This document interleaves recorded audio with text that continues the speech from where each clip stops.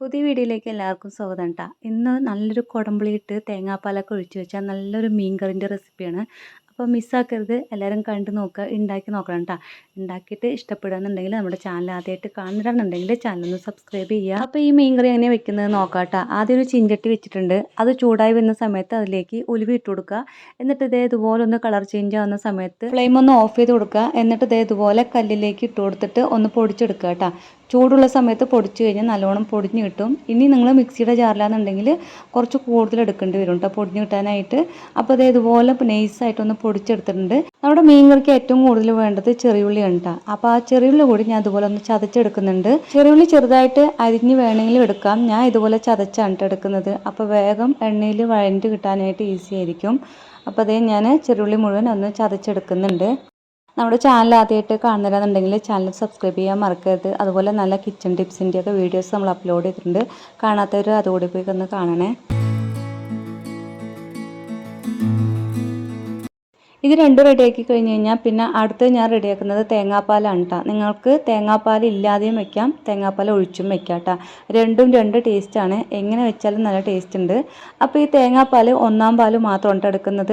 ഇനി തേങ്ങൻ്റെ ബാക്കി വരുന്നത് ഞാൻ കളയുന്നില്ല കേട്ടോ. എന്തെങ്കിലും ഉപ്പേരിക്കോ പുട്ടുണ്ടാക്കാനോ നൂൽപുട്ടുണ്ടാക്കാനൊക്കെ ആയിട്ട് എടുക്കാം. അതുകൊണ്ട് തന്നെ ഈ തേങ്ങാപ്പാൽ ഒന്നാം പാൽ എടുത്തു കഴിഞ്ഞിട്ട് ഞാൻ ഈ തേങ്ങ ബാക്കി എടുത്ത് വെക്കുകയാണ് കേട്ടോ.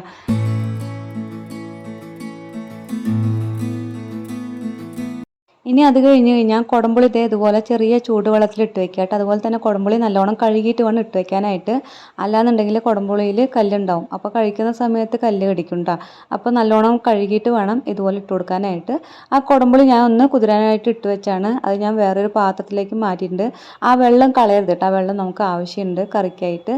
അപ്പോൾ ഇവിടെ ഞാൻ എല്ലാ സാധനങ്ങളും ഇവിടെ റെഡിയാക്കി വെച്ചിട്ടുണ്ട്. ഇഞ്ചി വെളുത്തുള്ളി ചതച്ചതും കറിവേപ്പിലയും മുളകും മഞ്ഞൾപ്പൊടി കാശ്മീരി ചില്ലിയാണ് കേട്ടോ യൂസ് ചെയ്യുന്നത്. കാശ്മീരി ചില്ലി ആകുമ്പോൾ നല്ല കളർ ഉണ്ടാവും. നിങ്ങൾക്ക് ഇല്ലാന്നുണ്ടെങ്കിൽ മുളക് പൊടി ഇടാം കേട്ടോ. പിന്നെ കടുക്, പിന്നെ അങ്ങനെയുള്ള എല്ലാ സാധനങ്ങളും ചെറിയുള്ളി ചതച്ചതെല്ലാം ഞാൻ റെഡിയാക്കി വെച്ചിട്ടുണ്ട്.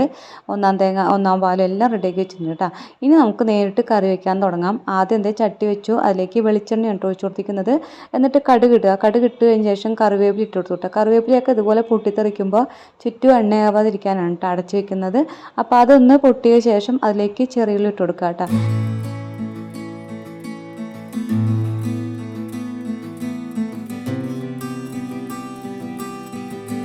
ചെറിയുള്ളി നല്ലോണം പച്ചമുളകൊക്കെ പോയി വാടി വരുന്ന സമയത്ത് അതിലേക്ക് നടുവേ കയറിയ കുറച്ച് പച്ചമുളക് ഇട്ട് കൊടുത്തിട്ടുണ്ട്. പച്ചമുളകും കൂടി ഇട്ട് കൊടുത്തു കഴിഞ്ഞാൽ ഇനി അടുത്തത് ഇഞ്ചി വെളുത്തുള്ളിയുടെ പേസ്റ്റാണ് കേട്ടോ. ഇഞ്ചി കൂടുതലും വെളുത്തുള്ളി കുറച്ച് കുറവായിട്ടാണ് കേട്ടോ ചതച്ചെടുത്തിരിക്കുന്നത്.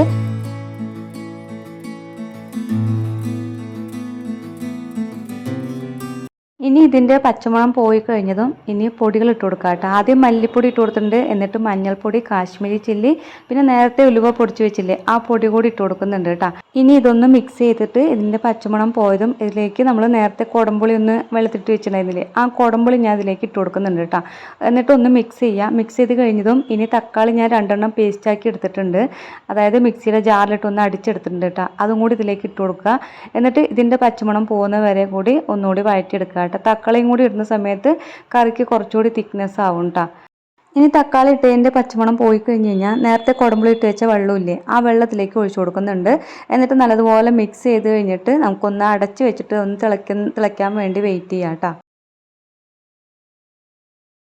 ഇതിൻ്റെ ഇടയിൽ ഞാൻ 2 കപ്പ ഉണ്ടായിരുന്നു കേട്ടോ. അതൊന്ന് വേവിക്കാനായിട്ടിട്ടുണ്ട്. മീൻകറി ഉണ്ടെന്നുണ്ടെങ്കിൽ കപ്പൻ്റെ കൂടെ കഴിക്കാൻ ഭയങ്കര ടേസ്റ്റ് ആണല്ലോ. അപ്പോൾ അതുകൂടെ അതിൻ്റെ ഇടയിൽ വേവിക്കാനായിട്ടുണ്ടായിരുന്നു. ഈ ടൈമിൽ നമ്മുടെ കറി ഒന്ന് തിളച്ചിട്ടുണ്ട് കേട്ടോ. ഇത്രയും നേരമായിട്ട് ഉപ്പിട്ട് കൊടുത്തിട്ടുണ്ടായിരുന്നില്ല കേട്ടോ, മറന്നുപോയതാണ്. ഞാനിപ്പോൾ ഉപ്പിട്ട് കൊടുത്തിട്ടുണ്ട് കേട്ടോ. അപ്പോൾ ഉപ്പിട്ട് കഴിഞ്ഞിട്ട് നല്ലോണം ഒന്ന് തിളയ്ക്കാൻ വെക്കുക. തിളച്ച് കഴിഞ്ഞതും നമ്മളിനി ഒന്നാം പാലാണ് കേട്ടോ ഒഴിച്ചു കൊടുക്കുന്നത്. ഒന്നാം പാൽ ഒഴിക്കുന്ന സമയത്ത് നമുക്ക് ഗ്രേവി എത്രയാണോ വേണ്ടത് അതിനനുസരിച്ചിട്ട് ലൂസാക്കി എടുക്കാം കേട്ടോ. വെള്ളം ചേർത്തിട്ട് തിക്നെസ് ഉള്ളതായിരിക്കും കേട്ടോ കുറച്ചുകൂടി ടേസ്റ്റ് ലൂസ് ആവുന്നതിനേക്കാളും നല്ലത്. അപ്പോൾ നമ്മൾ ഒന്നാം പാൽ ഒഴിച്ചു കൊടുത്ത് നല്ലപോലെ മിക്സ് ചെയ്തെടുക്കുന്നുണ്ട്. ഈ ടൈമിൽ ഞാൻ ഉപ്പൊക്കെ ഒന്ന് കറക്റ്റ് ചെയ്തിട്ടുണ്ട് കേട്ടോ. ഇനി നമുക്കിതൊന്ന് തിളയ്ക്കാൻ വെക്കാം. ഒന്ന് തിള വന്നതും ഇനി നമുക്ക് മീനിട്ട് കൊടുക്കാം കേട്ടോ. മീനിട്ട് കഴിഞ്ഞിട്ട് ഒന്ന് അടച്ച് വെച്ചിട്ട് 2-3 മിനിറ്റ് മതി കേട്ടോ. ആ ടൈം ആകുമ്പോഴേക്കും നമ്മുടെ മീൻ വെന്തിട്ടുണ്ടാവും.